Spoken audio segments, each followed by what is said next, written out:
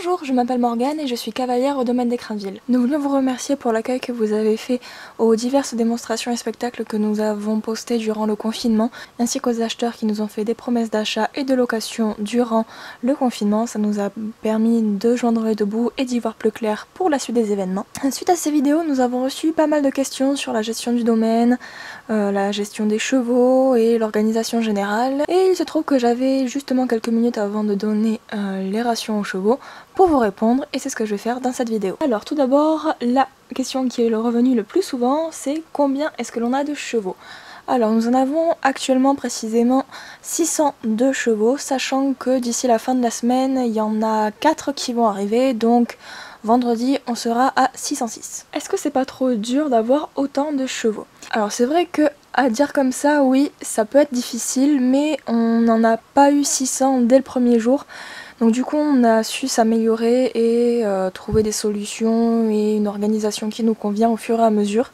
Parce que oui, il y a eu un moment où on n'en avait que 15. Donc avec une équipe conséquente et une bonne organisation, non, ça reste gérable. Comment est-ce que l'on s'organise? C'est un très vaste sujet ici.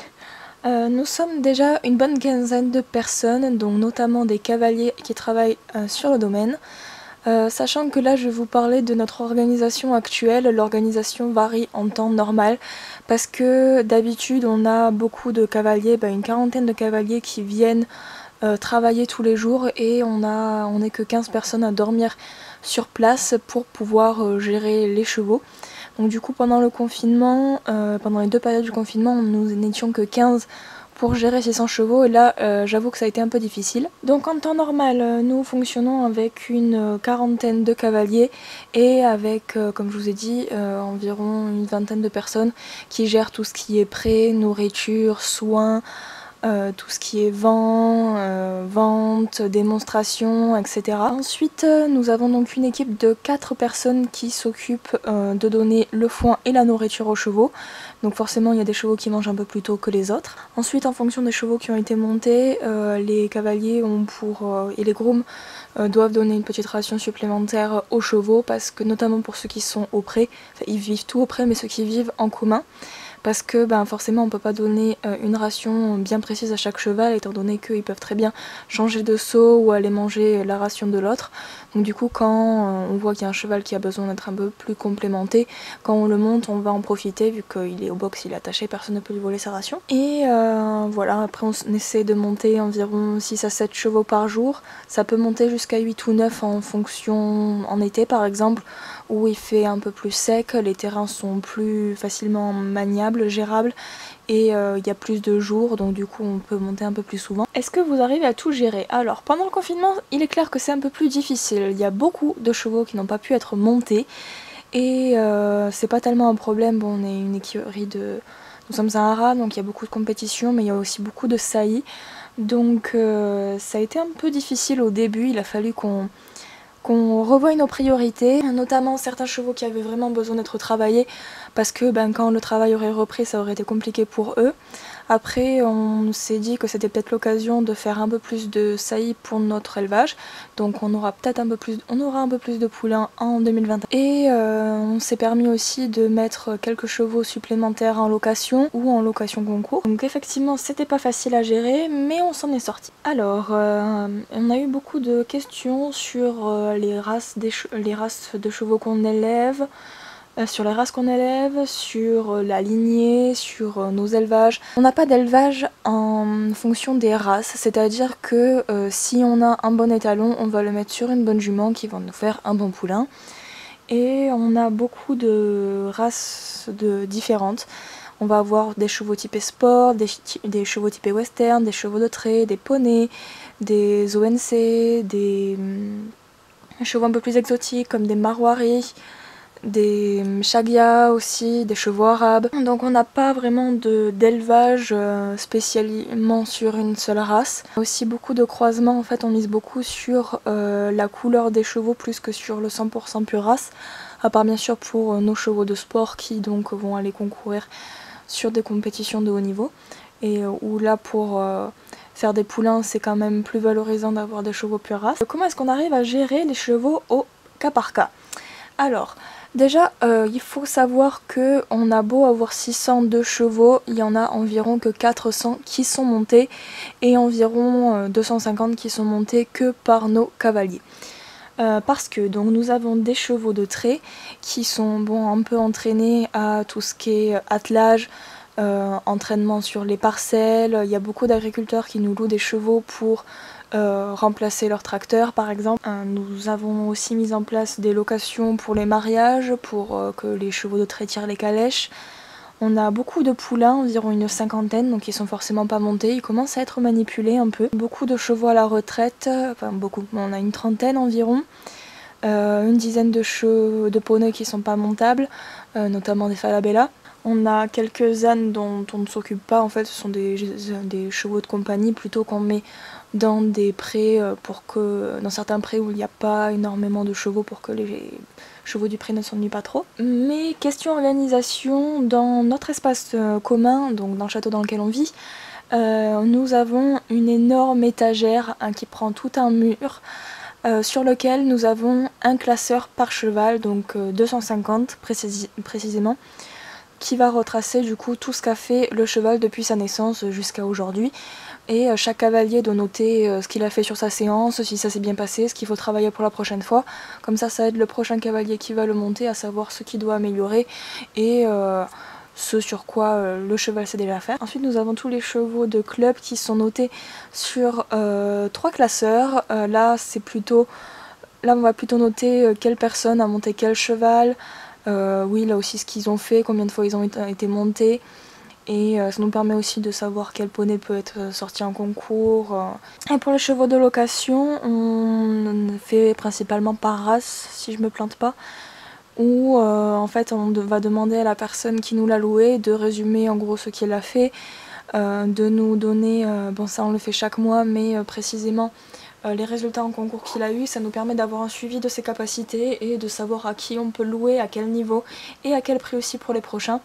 Donc voilà, on se base uniquement sur les classeurs et ça nous permet de faire du cas par cas. Pour l'instant on arrive à gérer. Ensuite, combien coûte l'entretien par mois en foin, grains, etc. Alors nous avons énormément de prairies, donc notamment pour les chevaux au pâturage. Alors en été on ne les complémente pas parce que ils ont de l'herbe jusqu'aux épaules, donc on arrive à les mettre au pré. On ne les complémente pas, ça va dépendre après de l'état de la prairie.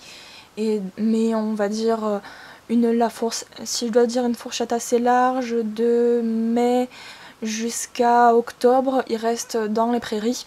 Et ensuite, durant l'été, nous avons aussi beaucoup de prairies qui servent juste à la culture, donc on arrive à s'autosuffire en foin et en grains, sachant que la moitié de notre grain part en valorisation dans des entreprises qui nous les valorisent et qui nous les renvoient en sachet.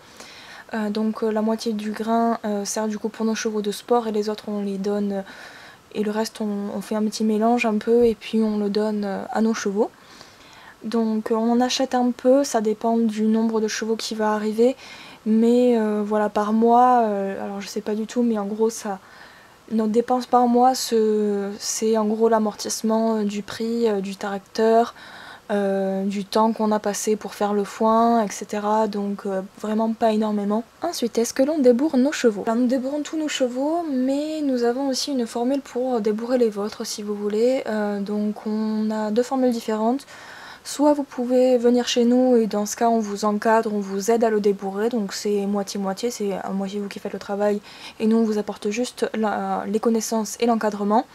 Ou sinon vous nous le donnez et en une semaine on vous le débourre. On fait les premières bases du dressage, donc ça c'est à négocier avec la directrice parce que je crois que les tarifs vont changer cette année. On a une personne qui est venue faire son élevage dans notre haras, donc qui s'appelle Stéphanie, elle a environ 66 chevaux maintenant.